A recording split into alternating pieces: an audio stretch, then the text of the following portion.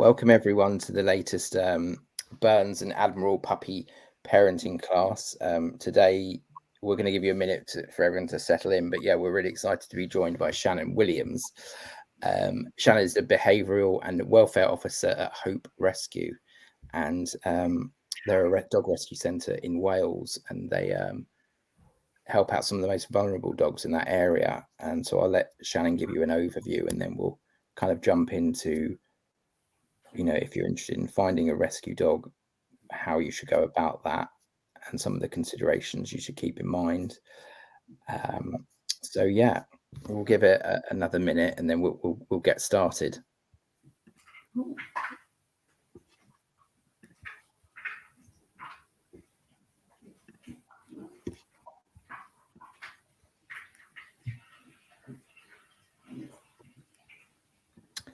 So Shannon, just in terms of this class, well, obviously we're talking about finding the right rescue dog for you, for those people that are looking for a rescue dog. Would you just give us a quick overview of what you do in Hope Rescue? Obviously, I think as an intro, just so everyone kind of has an idea. So we're based in South Wales, kind of 20 minutes away from Cardiff, and we primarily take in stray dogs. So we have the stray dog contract for 6 council areas in South Wales. So we take in directly from 3, and then we take all the unclaimed strays from another 3. So they do their stay in a local pound, and then if they're not claimed by an owner, they come into us then. So the majority of our dogs are stray dogs, and what we do is we assess them, get them ready for rehome, and then put them up on our website ready for their new homes. But we also take part in a lot of campaigning, especially around campaigns such as low welfare breeding. We do a lot with greyhound racing, trying to get that banned in Wales in particular, but hopefully a UK-wide ban as well. And also just looking at quite emotive campaigns like ear cropping and sort of like backyard breeding as well. So we do help local authority and other sort of agencies in seizure cases, so getting dogs out of quite rough situations, kind of rehabilitating them as well, and then sort of putting them up for rehoming when they're ready then. So it's a very busy setup here. Thank you for that intro. I think to start off, do you want to talk about finding the right rescue dog for you? So how you should go about that? Yeah, of course. I think you're an expert in that field, so it'll be great to hear your thoughts and advice on that. Yeah, I think lots of people find going into rescues quite overwhelming. Each rescue will have a slightly different process for adoption, but generally there's quite a few little top tips that I would give people that are looking for a rescue dog. The easiest, obviously the first one to look at is the website. So it can be quite overwhelming when you go on a website for a rescue centre. I know with us we have about 9 pages worth of dogs for rehoming, so you often go on there and it's a bit spoiled for choice, or there's just too much information. But it's really important to sort of sit down with your family or those that are in your household and really have a think about what kind of dog you're looking for, and kind of what you're hoping to do with the dog as well. So it's about having a real discussion with everyone involved in this new dog's life of what you can provide and what you're looking for. So things like exercise, so how many times a day can you take the dog out? Are you looking for an active breed or someone that's going to be a bit of like a couch potato? Can you provide a dog with training? How much training would you like to give a dog? Is it just the basic sits and downs, or are you happy to take on a dog that might need more behavioural support, like things like dog reactivity or stranger reactivity? And it's also just looking at what you can realistically provide for that dog. So are you working full time? Are you looking for a dog that would be able to cope at home alone? And just really sort of thinking about those key little bits of your life and how that dog would fit into that, or how you'd like them to fit into that, before then going onto a website for a rescue, just so you have a good basis of what you're looking for. Because often you go on there and you go, so many cute dogs and lots of nice photos, where actually there's really important information on those website write-ups as well about the dog. So making sure you're reading that, because there is, although sometimes quite a limited amount of information on a dog's profile, there will be some really important things on there. So what sort of setup they're looking for, can they live with children, dogs, animals, and things like that. So it's really important to have a look at that, as well as the very nice photos, and having a good, frank conversation with everyone in the house of just understanding what you're looking for, and trying not to be too swayed by the photos, because it is adorable and you do kind of go, oh, I want that dog because of how it looks. Well, actually, it might need quite a lot of support in a home. And it's about being sort of understanding that there are dogs in rescue that need extra support. So it's not always your happy, friendly sort of family dogs. Typically, there are quite a lot of dogs that might need extra support, but then you do get those that are really well rounded. I've got a little Jack Russell next to me who's one of those dogs. And then also, when you are applying to a rescue, making sure that you are putting lots of good information on your application. So most will go through an application process first, or definitely a conversation with rescue partners, just having a lot of information on your application, on what you're looking for and your home setup. So then when the behaviour team look at it, so like me, when I read an application, I want to know a bit more about that family setup, their day-to-day routine, and kind of what they're looking for, and get a good sort of feel for the people.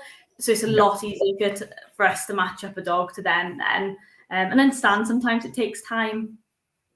Yeah. If they are interested and they move ahead and they're going to adopt a dog, what would you say, whether it's a one owner or a family, what should they be preparing themselves for when they bring home a rescue dog? Because it is different to bringing home, an 8 to 12-week-old puppy. Yeah, definitely. I think it's really important first to do your research as well on maybe the breed, if you've never had the breed before, or examples like with puppies as well. If you have a younger dog that you're bringing in, making sure you know what that, as an adult, what sort of things they would need as well. But in terms of what you need to be prepared for, I think it's really important to realise that lots of dogs in rescue may have never lived in a home before, or if they have, and they haven't in a while because they've been in a kennel setup. So there is a settling in period that each dog would need, and need some support with settling in at home. And with us, because we do take in a lot of stray dogs, we have no history on the dog and where they've come from before, what they might have experienced. So it's definitely about having an open mind and having some patience and understanding that this can take time, and that the dog needs some time to settle in first. Some dogs that have lived in kennel setups may need support with like house training, especially if they've lived here in our kennels rather than our foster homes. They might need reminding of that. Some dogs will need support being left home alone, so might not be able to cope with a full day's work at home, but small increments of time they could build up to. And also just that, it's really overwhelming for them as well. It's a big step for them and a big step for you. So there are going to be times where might be a little bit stressful or a little bit much. Just got to take some time, just have a breather, and sort of make sure that everyone is all sort of focused on helping this dog settle in as well. I think rescuing a dog is one of the most rewarding things you'll do. But with that, sometimes it can take time and quite a lot of effort and sort of understanding from owners. But it pays off in the long run. You open your hearts and homes to these dogs that need you, and it's amazing when you see them settling in at home. I think also on the puppy sort of aspect, that they do sometimes need confidence boosting as well, and slow introductions to new things in the home. So just to take your time with that. And some dogs, if they're under 6 months, will need neutering at some point, so always to consider that cost as well. Yeah. I know we chatted yesterday, and one of the things I was interested in is obviously the process of adopting should you find a dog and you get approved. And you also mentioned something about a stray dog contract, which I'd not heard of before. So are you all right to talk around like that process and that contract as well for people that might be considering it and don't necessarily know? Yeah, absolutely. So like I said, we hold the stray dog contract directly for 3 council areas. So that's RCT, Bridgend, and the west side of the Vale of Glamorgan in South Wales. So any stray dogs which are found in that area, so whether that be through the dog warden or through members of the public that have found, a stray dog on the streets, they will come directly into us, where we will often we will try and reunite with an owner, but often dogs aren't claimed, unfortunately, at the moment. I think we're at about a 30% claim rate. So for every 10 dogs that come in, only 3 go home. So it does mean that we are quite full. But so the dog does a 7-day sort of stray period with us. So that's the time where an owner can claim, and that's set by the council. So that's just a legal stray period that happens. And once the 7 days are up, if they haven't gone home, they haven't been claimed, then they then move into our ownership then, where we can then get the dog vet checked, vaccinated, neutered if it needs neutering, general sort of MOT in a vet, just to see if they need any extra pain relief or support medically. And then we also assess them behaviourally as well. So myself and the rest of the behaviour team will get the dog out and really assess them and what they may have experienced before, seeing how they cope in different situations. You know, do they like other dogs? How do they react to strangers? Just sort of seeing what they may have experienced before and what their reaction would be if they were to go home, and just really understand what kind of home setup that dog requires. Some are, like I said, pretty easygoing, very well-rounded. Some have obviously had quite a sheltered life before, may have never been in a home, or if they have, never have left the house, so need a lot of support in that area. So it's a real mixed bag with the types of dogs we get in, whether that's breed, age, medical considerations, and also just life experience. And then when we've assessed them and they're ready for rehoming, they'll go up on our website, where anyone can have a look at them and see what they think. And each dog will have a website write-up, so a little write-up about who they are, what home they're looking for, any sort of considerations. So does the dog need to be muzzled? Does it need extra support with certain types of training, maybe around dogs? And then also a couple of really cute photos as well. So the first part of our adoption process starts on the website. So there's a section called Adopt a Dog and How to Adopt, and then Dogs for Adoption. And on there's a huge range of different dogs that are available currently with us for adoptions. There's about 9 pages. So we encourage people to have a look at our website, see what sort of dogs are there and if there's any that they're interested in, and then they can put an application in for that dog. And like I said, making sure to put lots of information on there, so when I read it I can get a good kind of feel for what you're looking for and also what dog might fit into your home setup. And then if we find there's an application that really works for a dog, or even, oh, actually this dog would be really good for these people, we'll give you a ring, just chat to you a little bit more, just to get a little bit of a better understanding of what you're looking for, and have, you know, a normal conversation just like this, just about what you're looking for, so we can get a good idea. And if we match you up with a dog, then we'll organise you to come to the centre where you can meet the dog. Some dogs come from foster homes. You often meet their foster families as well, who can tell you all about sort of how they've been in a home setup. And then we just sort of spend some time getting to know each other, and also the dogs to you. If there's dogs in your home, then making sure they've built a good relationship. So we never really have a clear time frame for adoption and how many meets we need to do. It's generally just based on how each meet goes. So with puppies, for example, we often get adopters to come down. If they're 8 weeks old, then we can generally do a meet and adopt on the same day. So we meet everyone in the household, see how the interactions are. If all goes well, you can take your puppy home that day. Some pups need extra sort of support with getting to know new people, especially if they've come from like puppy farm situations. They might be a little bit more anxious. Sometimes we'll spend a little bit more time, maybe 2 meets. But with adult dogs, it can vary. It depends on what the dog's behaviour is and how much support they need getting to know new people. So just be prepared for sort of multiple meets to a centre, and not just with us, but with other rescue centres as well. We'll have the same sort of process that you might need to come down a couple of times. And then if all the meets are going really well and we think that the dog is now ready to move into your home and everyone's built a really good relationship, we'll do the adoption, which is always a really good day, where we'll get the dog ready to go home with you and send you off into the sunset then. That actually brings me to my next question because I've seen we've got a few questions as well here. Basically, if this happens and you do get accepted and you go through the process and then the big day comes, how should you prepare for bringing a new dog into the home, especially one that's a rescue, obviously? It's adoption days are always it's always the most fun because it's a really exciting time for you and the dog from the rescue centre, because it's, you know, you're bringing a new companion home and that dog is finally getting the chance to live in a home, which is amazing.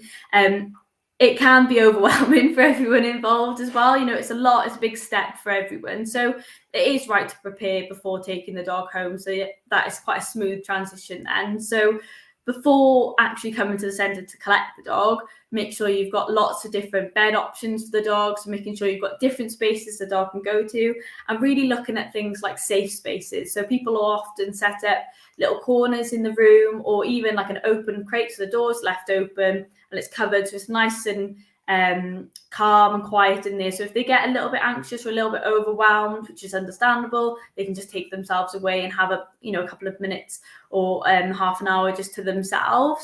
Especially if you've got children in the house as well, it's definitely worth having a designated dog area, so the dog can just have 5 minutes just to decompress before coming back out. So that's the nice space to sort of sleep and chill out.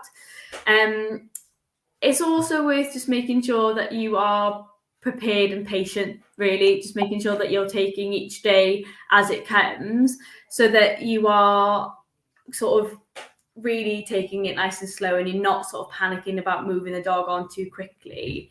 It's certainly about making sure that you sort of planned your days out a little bit, so that your dog has a couple of days just to settle in, so there's nothing big going on, and just making sure it's all nice and calm. But most rescue centres will need you to get things like a collar and a tag, so make sure you've got an identity tag on there for them, so if for some reason they get off, then at least they can call you. Making sure that you've got harnesses and leads for the dog as well, and all the sort of equipment you would need for the walks. Some dogs might need muzzles, some might not, so just looking at that and making sure you're asking the rescue centres all those important questions as well. And then with things like puppies as well, maybe setting up or making sure you've got enough sort of puppy toys, so things that they can chew on instead of mouthing at you, and making sure you've got all of those, almost like a toolbox ready for that dog to settle in as well. So it's important to talk to the rescue centre about things that the dog enjoys. So do they like chewing things? Do they like sort of soft toys, or how do they like to sleep? And understanding what that dog will need when coming home, so you've got everything ready for it. So it's just a lot smoother, and you're not sort of running around once the dog is home as well.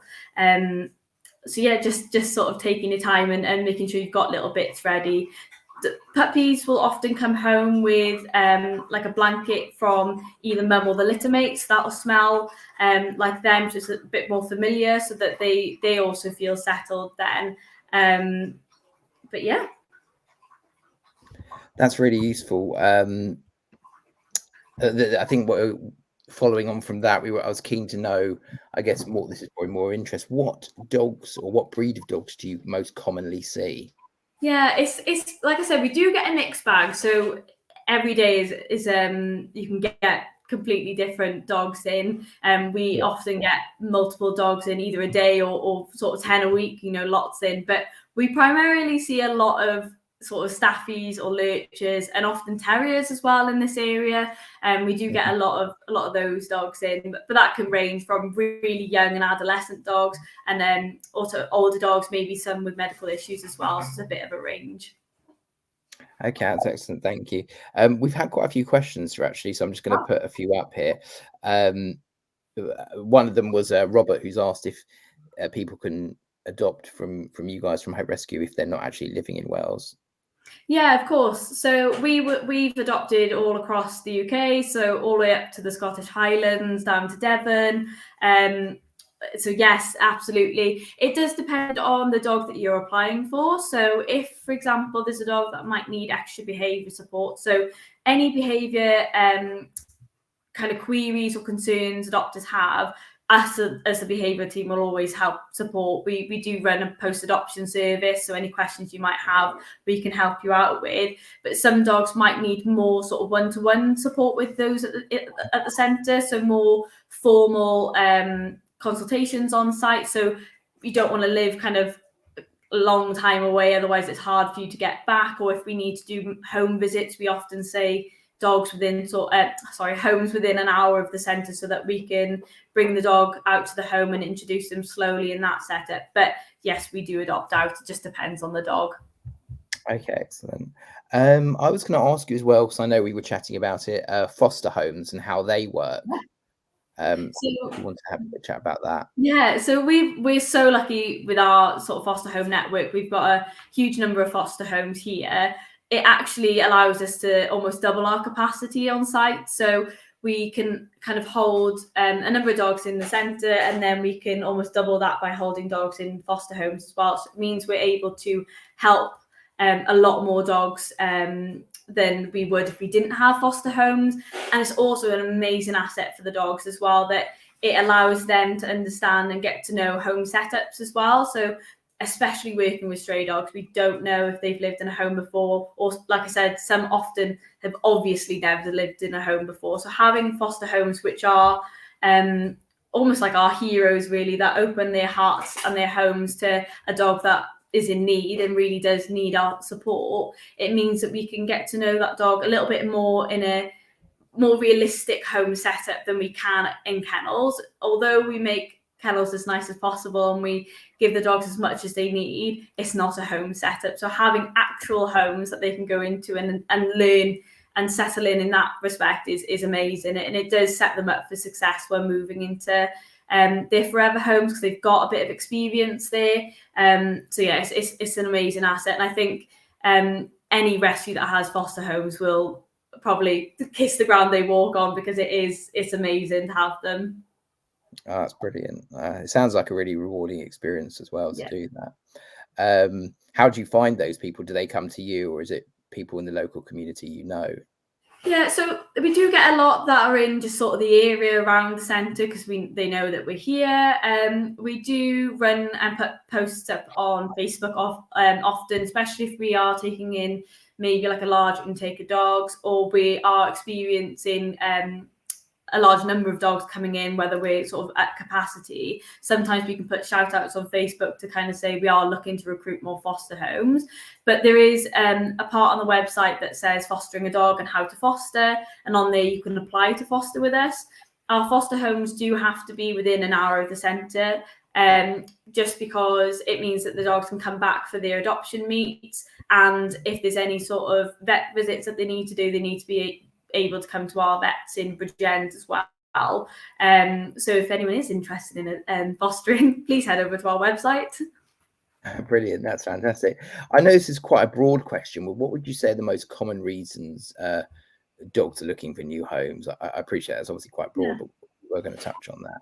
Yeah, it is, but I think so. We obviously deal with a lot of stray dogs, and we don't know, and we will never know why they may have come into us and why they may have become a stray in the first place. Were they just genuinely lost, or were they abandoned? We don't know in that respect. However, we get a large number of surrender calls each day, and each month we probably experience about 140 surrender calls a month of people trying to surrender their dogs to rescue for a number of different reasons, some of which are really hard and really challenging situations. I think especially from the pandemic, we've seen a large number of dogs come into kennels, and a lot of people needing to surrender their dogs, and that could be down to the fact that they've obviously spent so much time at home, and then when they've moved back into theoffices or normal sort of life, the dog is now struggling to be able to be left and may be experiencing things like separation anxiety. There's also things like financial difficulties, and we know that the rising cost of living, and that's a huge strain on a lot of people, and owning a dog is expensive. It does come with costs, especially those with medical issues, and that could be a reason. We also see people in really, really difficult situations, whether that be through things like domestic abuse or homelessness, needing to leave their house for safety reasons, and then looking for someone to take in their dog.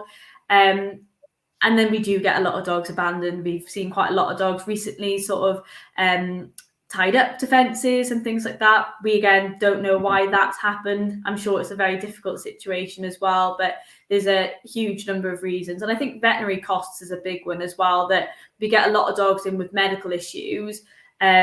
that could be a reason why they've ended up as a stray in the first place. But also we've had a lot of dogs come into us because they've needed an emergency C-section. So lots of pregnant mums that have come in who need emergency C-section, but that's a lot of money for an owner to pay. And so they've decided to surrender the dog to us so that we can take mum straight to the vets to have that C-section that she needs to save her and her puppy's lives. And then we have sort of the pups there then. And we also see a lot of dogs come in via seizures from the local authority or organisations like Animal Licence in Wales that trying to kind of track down and get crack down on puppy farms and sort of backyard breedings. We often get lots of dogs from there as well. Following on from that, we actually had a question off the back of that I'll show you. It's from Lewis, who's asked how you deal with people worried about being judged if they bring in a dog. Yeah, it's such a difficult situation. But anyone that is going to give up their dog is going to be absolutely heartbroken by it, because a dog is your family member and you've had them anticipating having them for life. So it's such a difficult situation. We would never judge someone for coming in and being honest that they need to surrender their dog for whatever reason it is, because they are doing the right thing to approach rescue centres. We are in, particularly our centre, we're in quite a difficult situation that we are at capacity almost all the time because of our stray dogs, that we can't accept surrenders in as often as we would like because we need to have space for our stray dogs. But any rescue centre that you go to won't judge you for giving up your dog, because it is such a difficult situation and you are doing the right thing approaching a rescue centre. How to deal with it, I think, is more of a personal question to each person, but you should never feel like you're being judged in a rescue for needing to give up your dog. Certainly the team here would never be ones to judge. Yeah, that's really good. I think for people who want to not necessarily adopt a rescue, but people who are looking to bring home a new puppy, I think they need to really bear in mind that it's such a huge commitment in the first place. It is. And I can imagine that you get a lot of people who just, after a few months or even a year, possibly just can't cope. And there are reasons where people's lifestyle might change. But we've done a few campaigns actually kind of highlighting making sure it really fits your lifestyle, even though it's hard to predict where you're going to be. But that's great.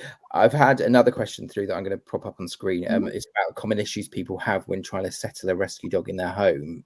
I'm sure you've seen quite a few. It'd be great if you could. Yeah, so I think one of the main things is things like settling overnight, because it's such a different setup. If the dog's come from kennels, it's a massive change. Even if you come from a foster home, it's still such a different setup that it's you're not in the right routine and things like that initially. I often say that just have as many options as possible. So if the dog is comfortable sleeping downstairs and that's what you want, then great. But if they're not, then do look at options of bringing the dog upstairs for getting a good night's sleep.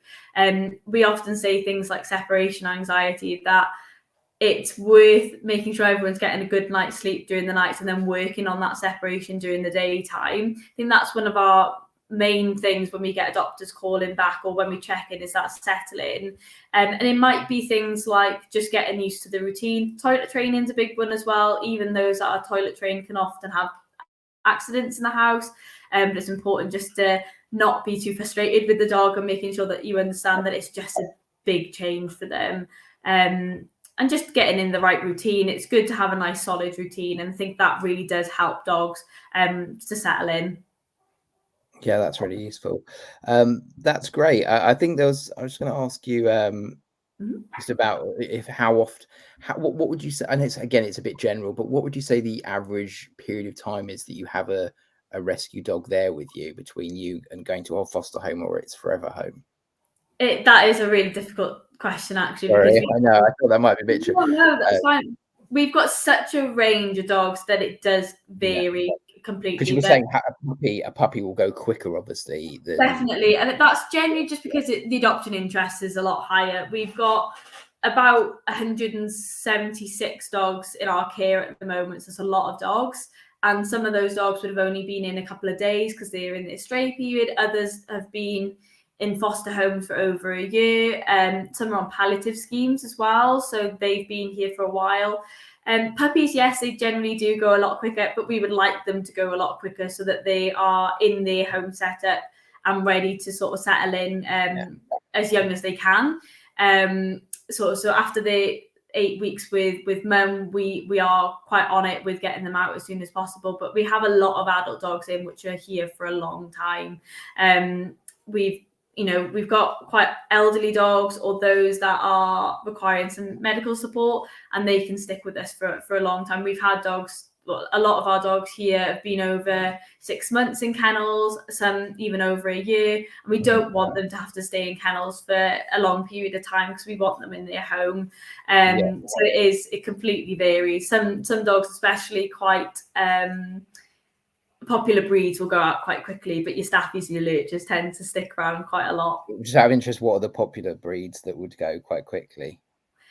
Usually your small fluffy ones. So things like cockapoos, shih tzus, poodles and things like that.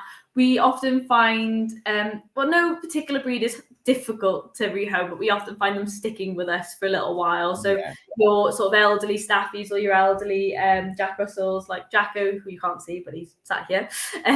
He's been with us for a while now as well, but that's purely because he's an 11-year-old Jack Russell, and a lot of times people want younger dogs, but yeah, it completely varies. Yeah, oh, that's lovely. Speaking of Jack Russells, we did, even though it's not a question, Perrin, who you can see her Jack Russell in her profile picture, wanted to say that she had her Jack Russell from a rescue, and he's now living his best life. And you've got one there, and I've got one behind me. So, yeah. Shannon, thank you so much. That was really, really helpful. And really insightful. Just if anyone wants to contact you guys at Hope Rescue, what's the best way to reach out? Or so our website is just hoperescue.org.uk. So head on to there for any extra information that you may need in regards to adoption or fostering.